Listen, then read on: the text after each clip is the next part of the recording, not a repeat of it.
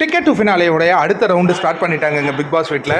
இப்போ big pass என்ன சொல்கிறாருன்னா, இதுவரை தமிழ் பிக் பாஸ்லேயே 10 பேர் பங்கெடுத்ததே கிடையாது. டிக்கெட் டு ஃபினாலே முதல் முறையாக நீங்கள் 10 பேர் ஆடிட்டு இருக்கீங்க, பார்க்குறதுக்கு எனக்கு அவ்வளோ மகிழ்ச்சியாக இருக்குது அப்படின்ன உடனே எல்லாரும் கைத்தட்டி சந்தோஷப்படுறாங்க. இன்னொரு முக்கியமான விஷயம் சொல்கிறார். இப்போ சிலர் நாமினேஷனில் இருக்கலாம், சிலர் நாமினேஷன் இல்லாமையும் போகலாம். இப்போ நாமினேட்டில் இருக்கிறவங்கலேருந்து ஒருவர் இந்த வாரம் வெளியேறுவாருங்கிறாரு. அப்போ டபுள் எவிக்ஷன் இல்லையா?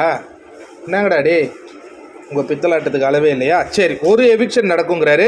ஒருவர் நேரடியாக டிக்கெட் டு ஃபினாலேவை வெற்றி பெற்றுட்டு போயிடுவாங்க இறுதி ஆட்டத்துக்கு அப்படின்னு சொல்கிறாங்க. இப்போ இந்த ஸ்கோர் போர்டில் 3 பேர் முன்னிலையில் இருக்கிறாங்க. தினேஷ், பூர்ணிமா, நிக்சன். இவங்க போன இதுலேயே பாயிண்ட்ஸ் எடுத்தாங்க இல்லையா, அதனால் அவங்க முன்னணியில் இருப்பதாக பிக் பாஸ் சொல்கிறாரு. எல்லோரும் கைத்தட்டி ஆரவாரம் பண்ணுறாங்க. இப்போ கேம் தொடங்க போகுது. முதல் ஆட்டத்தில் அர்ச்சனாவும் விஜயவர்மாவும் பங்கெடுக்க முடியாது, அவங்க நடுவர்களாக பங்கெடுக்கணும்னு சொல்கிறாங்க. அந்த டாஸ்க் தொடங்குதுங்க.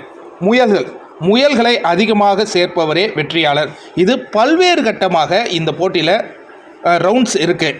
அதாவது என்னென்னா, கிட்டத்தட்ட ஒரு 15-16 ஆட்டங்கள் நடைபெற போகுது. அதன் முடிவில் தான் வெற்றியாளரை தீர்மானிக்க போகிறார் பிக் பாஸ்.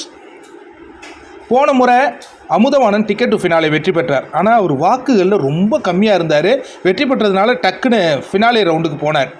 இந்த முறை யார் கம்மியாக இருக்கிறது? மாயா தான் காட்டுது. இது உண்மையாக பொய்யானே தெரியலையே. மாயாவுக்கு மக்கள் ஆதரவே இல்லையா? வீட்டுக்குள்ளே தான் ஆதரவா? அவங்க டிக்கெட் டு ஃபினாலே வெற்றி பெறுவாங்களா? பொறுத்திருந்து பார்ப்போம். நிறைய விஷயங்கள் இருக்குங்க.